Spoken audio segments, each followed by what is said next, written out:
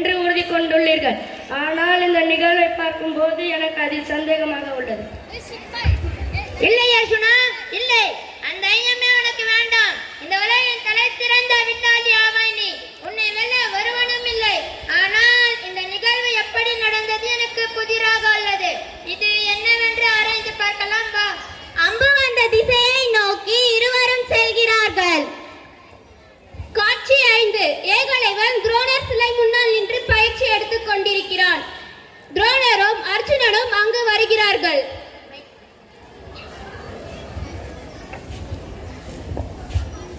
ஏகலைவா, என்ன செய்து கொண்டிருக்கிறாய்? ஏகலைவா, விற்பயிற்சி செய்து கொண்டிருக்கிறேன் குருவே. என்ன விற்பயிற்சியா? தனியாகவா? அப்போது அந்த நாயின் வாயை அம்புகளால் அடைத்தது நீயா? நான் தான் குருவே. இது என்ன? என்னுடைய சிலை? தங்களை என்னுடைய மானசீக குருவாக கொண்டுதான் பயிற்சி செய்கிறேன் குருவே. என்ன? என்னை மானசீக குருவாக கொண்டு பயிற்சி செய்கிறாயா? தங்களை மனதில் நினைத்துதான் பயிற்சி செய்கிறேன். அப்படியானால் எங்கே என் குருதட்சணை? நிச்சயம் நிச்சயம் தருகிறேன் குருவே. உங்களுக்கு குருதட்சணையாக என்ன வேண்டும்? குருதட்சணையாக வா. ஏகலைவா, உனது வலது கையின் கட்டை விரலை வெட்டி எனக்கு குருதட்சணையாக தர வேண்டும். கட்டை விரலையா? உனது கட்டை விரலைத்தான் தருகிறேன் குருவே.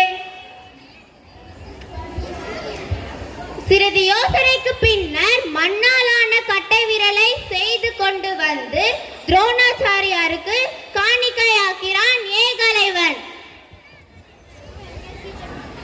இதோ குருவே. ஏகலைவா, என்ன இது? மண்ணால் செய்த கட்டை விரலை காணிக்கையாக்குகிறாய்? மண்ணாலான குருவிற்கு மண்ணாலான தட்சணை குருவே. ஏகலைவா, இது துரோகம். எது எது துரோகம்? வில்வித்தைக்கு ஆதாரமான என் கட்டை விரலை நீங்கள் கேட்டீர்கள். அது துரோகமா? இல்லை, நான் செய்தது துரோகமா? பறக்கும் பறவையின் ரெக்கையா கேட்கிறீர்கள்? நான் உயர பறப்பதை பார்க்க உமக்கு ரத்தம் கொதிக்கிறதா?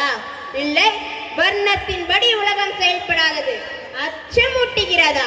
பிறப்பின்படி நான் வில்வித்தை பயில முடியாதெனில் நான் கட்டை விரல் இல்லாமலேயே பிறந்திருக்க வேண்டும். பிறந்த பின்பும் நான் வில்வித்தை செய்ய முடியாதெனில் நான் தொட்டவுடன் அந்த வில்கம்பு உடைந்திருக்க வேண்டும். ஆனால் அப்படி ஒன்றும் இங்கு நிகழவில்லையே. அம்பை நான் எய்ய காற்று என் வசப்படும். நான் காட்டும் இடத்தில் அம்பு சரியாக பாயும். இயற்கை எப்போதும் அதை ஏற்றி பிழைக்காத இந்த காட்டு வேந்தன் பக்கமே. மனிதரை சுரண்டி பிழைக்கும் பக்கம் அன்று. வர்ணத்தை காப்பதெல்லாம் சுயலாபத்திற்கென்று எமக்கு தெரியாதா? வர்ணாசர்த தர்மம் எல்லாம் உம்மை உயரத்தில் வைக்க நீர் செய்த சூழ்ச்சி என்று எமக்கு புரியாதா?